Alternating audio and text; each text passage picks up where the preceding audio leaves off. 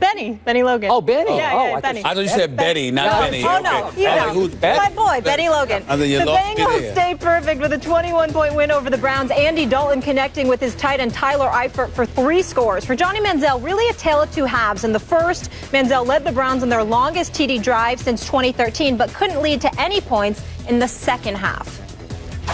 Looking back, there were a couple times I could have, got it down to a tight end or got it down to a back, and really, even sitting there with 10 minutes left in the fourth quarter, just to get something established. I think it took a little too many shots right there. The back shoulder to Debo, ball over the middle to Barnage. I just gotta get some completions to get into a rhythm, and that really didn't happen for us in the second half.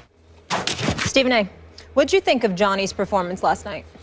It depends on which Johnny you're talking about. If you're talking about the Johnny Manziel who led them to that scoring drive at the end of the first half, who completed about 11 passes, 11 of his 18 passes in the first half for 100-plus yards, I think that there's no question that Johnny Manziel has shown that he's improving. He's shown that he's putting in some work and that he's getting better. The flip side to it is that in the second half, because he's 11 for 18 for 128 yards in the first half. In the second half, what are we talking about here? 4 of 15 for what is 40. It, 40 yards? Yep.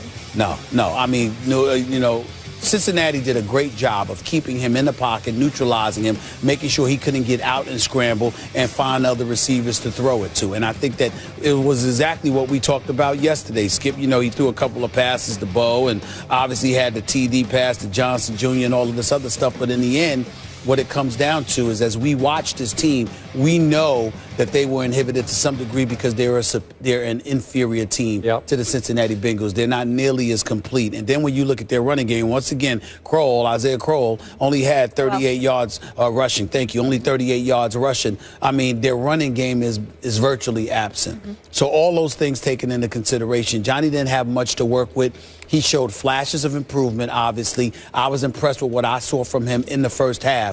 But once Cincinnati amped it up and really kept him contained and made him into nothing more than a pocket passer, combined with their receivers' inability to get open, he was completely neutralized and nullified and negated in every way.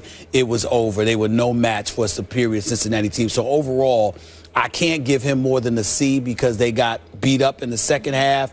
But I saw enough in the first half for me to say I'd like to see how he would be if he had some weapons, meaning some, the Josh Gordons of the world in the lineup, along with an offensive line that could do a better, or even a better running game to some degree.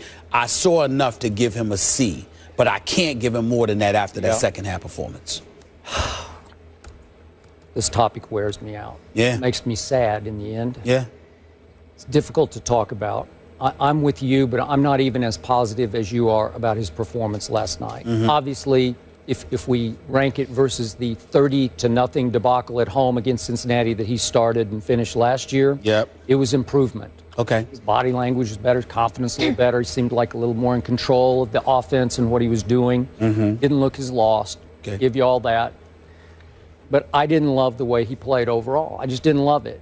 Mm-hmm. But I'm with you. It's hard for me to react at all to this because I'm going to say it again. He is playing with the NFL's worst group of running backs and receivers. Nobody has a worse group of skill, quote-unquote, talent than Johnny Manziel is stuck playing with at this point. Right. I'm going to say this again. He is playing for a coach and a GM who did not want him. They did not want to take him with the 22nd overall pick. That came from the owner, Haslam, on draft night in the war room. So he has been, to me, doomed from the start in Cleveland.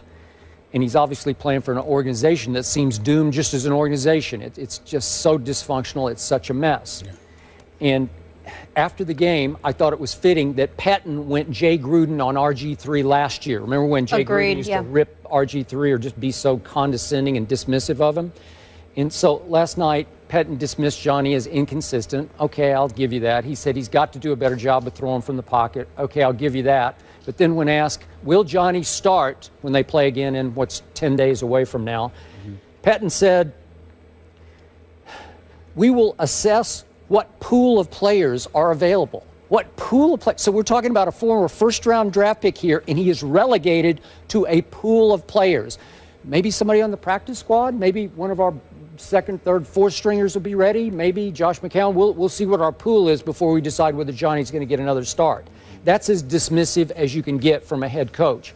So my bottom line again is I don't think Mike Pettine will be there next year. I could be wrong about that, but it seems like he's got one foot out the door because that team is so bad. And I'm hoping Johnny won't be there next year. Well, both of us are hoping Johnny won't be there. That's number one. Number two, to get back to him, improvisational skills were there. In the pocket, he didn't seem as impressive. The offense clearly looks like it's run with a bit more efficiency with Josh McCown up in there as opposed to Johnny Manziel. But I think that, Skip, I would say this. We spend so much time feeling sorry for Johnny Manziel. Is it time that we should all feel sorry for Mike Pettine? And the reason I bring that up is because, like you said, he didn't want Johnny Manziel, all right? It was forced on him.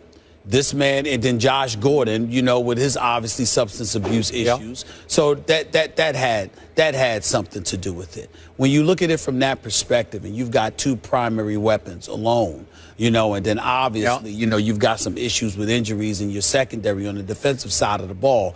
I mean, to me, Mike Pettine, then you got the whole Farmer issue with, you know, getting in trouble with the league and all of this stuff. Everywhere you turn, Mike Pettine has had to work around all of this, along with an owner who won't just cut the check and stay out the way. He actually interferes because he thinks he knows a thing or two about football and what football decisions should be made. Maybe. A legitimate argument could be made that Mike Pettine has been undermined to some degree. Not intentionally or anything like that, but the environment is so dysfunctional. Let us remind our audience that Kyle Shanahan was the offensive coordinator on this team.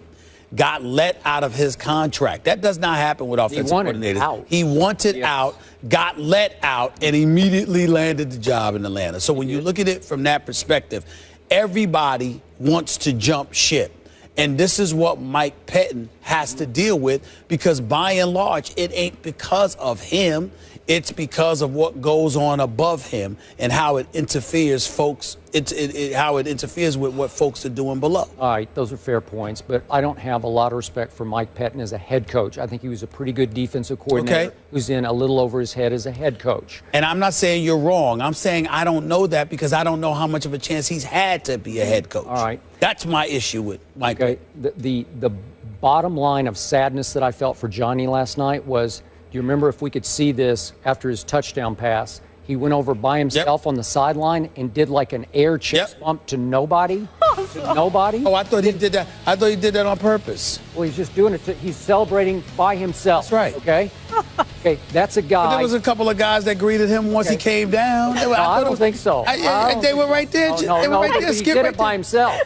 But I'm saying that I thought he was funny. No, but it's just you're saying he's I think you're reaching there. Okay, look, he's doing it by himself because he realize that when I was feels like he's an outsider, you know, playing for a team that didn't really want him. That's Johnny, and plus he's gotten so much grief for all of his money signed, so he's saying, I'm going to go celebrate by myself over here, hopefully out of view of cameras. Obviously, there was a camera on him all the way up the sideline. I thought that was telling because that's Johnny's mentality right now. It's me against the world in Cleveland. I got nobody backing me. Nobody's behind me. Nobody's on my side in Cleveland. Coach certainly I'm alone. Well, I know for a fact he'd like to be gone. Well, for sure. He'd like to be gone, like to be in a better situation. There's no question, and I don't blame him one bit. I'd actually like to see him in Houston. I would too. And the last thing, the one great thing we saw from him, to your point, and I want to push this. This kid has rare quickness and elusivity because I'm sure the Bengals' whole plan was you cannot ever let him out, and he was getting out at will. Sometimes he got out in the second half.